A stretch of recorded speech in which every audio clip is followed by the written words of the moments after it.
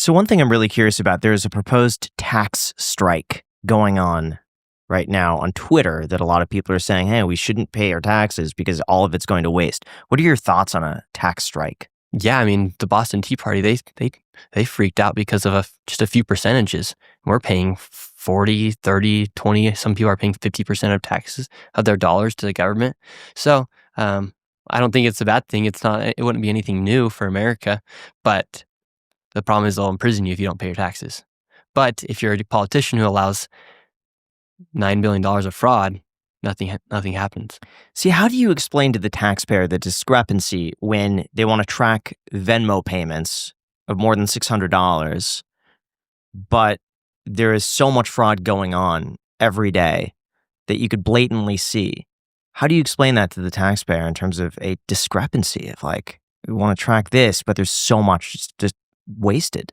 Yeah, I don't know. It's like shameful how much money we give to taxes, and I'm not into the nitty gritty of the IRS. I'm not a tax person. I'm not a CPA, but I just know that we pay way too much taxes. And what happens to a society if people stop believing that their tax dollars are going to the right places? You're seeing it right now. People are very upset. Like you said, people are attempting to go on a tax strike. And it'd be amazing if we could actually do something. And people are so mad at Trump for putting tariffs on other countries. And the whole goal is eventually to kind of instead of have the IRS have a different way of funding for our country. There was a really interesting tweet that said that roughly $1.5 trillion a year is wasted due to fraud or overspending.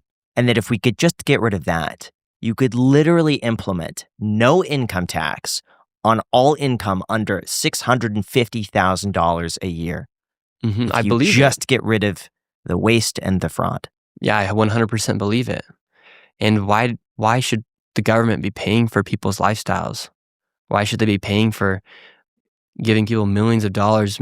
Why should they be giving people millions of dollars where they're churning profit for systems like daycare centers? If anything, it should just be a nonprofit. Do you think that the fraud is partisan? That one side engages in more fraud than the other? Yes, 100%. And how do you know that? Just look at Minnesota, look at California. There's fraud in all 50 states, but you're seeing massive fraud take place inside of these states. For instance, just with the illegal immigration fraud that took place when we started letting in millions of people inside the United States, that was a total left-wing issue. Democrats were flying people in, literally flying them into the United States. So how is that fraud to let in immigrants? So when we talk about like spending, then they're giving the money to the NGOs. And so explain an NGO. Yeah, so NGO is a non-government organization. And in California, for instance, you'll see a ton of NGOs. And I even had a mayor of a California town tell me why they create these NGOs. So for instance, say you're going to run for office and you need campaign money and you're currently in office, but you're going to need more money for your next campaign. Well, you go and tell somebody, hey, go start this NGO. We're going to give you the money. Once the money's sent over to you, we'll get it back into our hands for the campaign. And so then they're then able, this is allegedly, because I don't want to get sued, but that's one of the ways why you see so many NGOs. And that's why, for instance, the migrant crisis, people were making millions and millions of dollars off of that migrant crisis. Now, when you expose all the fraud, are you worried about getting sued or being dragged into a lawsuit that could take a long time and cost a lot of money? They'll have to defend themselves as well. They'll have to prove that they're a legit business. So Quality Learning Center, they can't prove they're a legit business because they're a fraudulent business. Here's what could be the potential, though. I should start saying allegedly a little bit more. Maybe, but the issue that you run into is someone could just say, hey, I'm going to sue you for saying this, for defamation. The damage is $100 million, and because we have so much money behind us, we're just going to drag it out for years. And so we're going to cost you $500,000, and either you have to pay it, or, hey, we just settle and you give us $50,000 and you agree not to talk about us. How are you planning to combat that if someone were to sue you? Yeah, so when did journalism become criminal too? That's a whole other thing of it's like, I'm a journalist. I go out and show people what's happening. And do you think CNN, they came after me yesterday?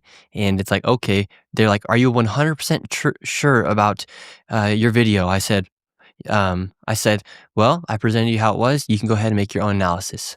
And she said, well, are you 100% sure? I said, yeah, I am sure. And then someone comments like, hey, were you guys 100% true about Russian Gate, about mass immigration, about COVID? Were you guys 100% true about all these other things? So it's like, how can... Well, the unfortunate aspect with lawsuits is that you could make any claim you want to, even if it's completely false, and then it's up to the other person to defend themselves legally, which costs a lot of money. Yeah. At that point, it really just becomes a battle of money, of just who has more resources to bully the other person. Yeah, it is scary. But I have a feeling if in the event you get hit with a lawsuit, that you would be able to basically just post on Twitter, and I bet someone would be willing to either give you free legal service or fund it. Yeah, because I think, like, for instance, the Minnesota stuff, it's fraud. Like, if someone wants to try and sue me for that, they're going to have to prove that they're not fraudulent. Did you see that over 40 centers opened up on the same day, actually, linked to the same inactive shell company? Yeah, there's massive fraud in Minnesota. Inside of one building I went to, there was 14 home healthcare businesses, and then inside of another one, there was 22. If you're a business, why would you have all of your competitors in the same business as you? Like, there's no need for the fraud that's taking place in Minnesota. So what do you think is wrong with traditional journalism? One is they go through all this stuff. It's like the same reason why like going to college is almost a disadvantage these days, I feel like, because you're having these professors teach you about marketing. Meanwhile, they've never received 100 million views on a social media page. And that's where our future is through social media. And so with the mainstream media, I mean, they're defending fraud right now versus they're investigating the person who's found fraud instead of investigating the people that are committing the fraud. Like me and other people like myself, we're the biggest threat to them because we're doing what they can't. In mainstream media, they have all these editorial rooms. They have people above that are paying for them. They have all this stuff going on where they just can't go from phone editing to publishing. They have to go to phone editing, editor look at it, make sure it looks good, make sure the higher ups approve of it, and then we publish the video. And then if they speak out against it, we saw people like, for instance, Sage Steele for ESPN. She spoke out against some stuff that happened. They then fired her. So people don't feel like they can speak freely on the internet or on these mainstream platforms. Do you think that mainstream media will end up dying 100%? No, not completely, because you still do have maybe like 100 years from now, yes. But for the next 20 years or so, you'll still see these companies because one, a lot of these billionaires are operating them, so they can just continue to embezzle money into these mainstream news media, like these news companies, and so they'll be able to continue to operate.